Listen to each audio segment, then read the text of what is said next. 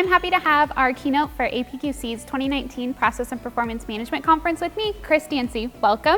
Thank you. Nice to be here, Maddie. I'm happy to get to know you a little bit more, learn a bit about what you'll be talking about this conference. And so tell me a little bit about yourself. What do you do in your spare time? Things like that. Wow. Well, in my spare time, I'm usually supporting some process in my life. No, I'm just kidding.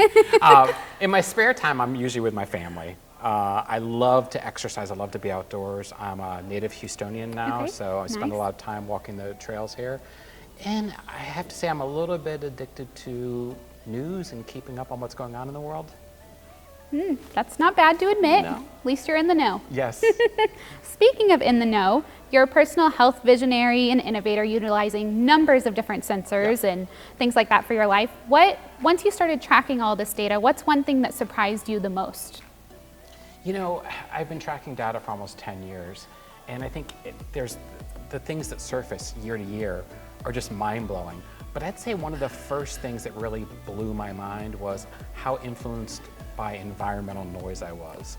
So if a room was loud, or even like white noise to mask it, and then I started noticing how that noise would affect me at restaurants, in movie theaters, even slight or rustling. So I'd say environmental noise was probably the most eye-opening back in the day. Okay, and do you cut that out now, or what's your way to but mitigate that? I still actively measure it, and I'm still actively trying to watch my diet. I'll avoid restaurants that are too bright or too loud. So bright lights again. Do you ever notice McDonald's are super bright? I haven't, but I bet so. And they're super loud. They put Oh, I the know playground that. literally inside for a reason. And a lot of that's about getting people in and out of the restaurant very quickly. More fine restaurants are usually lit a little bit dimmer and often more quiet. So you can enjoy the food little and the tip company. there. Yes, enjoy the people. Yes, exactly. Okay, so you said you track a lot of data, and there's Yes, a lot of data and analytics available for everything, both work and health related. So how can people figure out what data matters most for their life? I think when we deal with the data that matters most to us, we need to first, before we even look at data, decide what we value. A lot of times there's this paradigm shift that we only care about what we measure. And I think if you just back up a step and say, for me, I value spending time with my family. I value speaking to strangers. I value being active.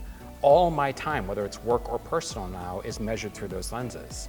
So in that case, I try to speak with everyone I meet during the day, even taking time if I don't have time, and really creating a balance.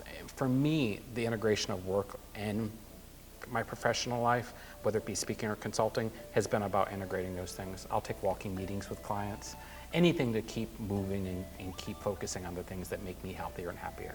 That's awesome. I might take a few tips. So what's the thing that most excites you about the future of health in today's world, both whether it's in your personal life, work life, in the hospital, things like that? I think the most exciting thing is also the most provocative thing when we think about the future.